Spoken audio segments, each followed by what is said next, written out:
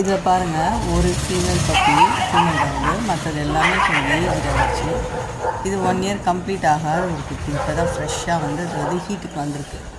ஹீட்டுக்கு வந்தோடனே இந்த சைடில் ஒரு 6 டாக் இருக்குது. இதுக்கு ஆப்போசிட் சைடில் ஒரு 4 பேர், 9 பேரும் இந்த ஒரே ஒரு டாகை விரட்டுறாங்க. அப்போது இந்த 9 டாகும் பார்த்திங்கன்னா விட மாட்டாங்க. அந்த குட்டியை இரிட்டேஷன் பண்ணி மேட்டிங் பண்ணி முடிக்கிற அளவு விட மாட்டாங்க. இதுதாங்க டாகோட நிலமை. ஆனால் நைட்டெல்லாம் நாய் கத்துதுன்னு சொல்லி குழந்த தூங்க முடியல, நைட்டில் வேலைக்கு போய்ட்டு தூங்க முடியலன்னு சொல்கிறீங்கள. நீங்கள் பாருங்கள், விருப்பம் இருந்தாலும் இல்லைனாலும் அது எவ்வளோ டிஸ்டர்ப் பண்ணி கடிக்குது. பார்த்து தெரிஞ்சுக்கோங்க.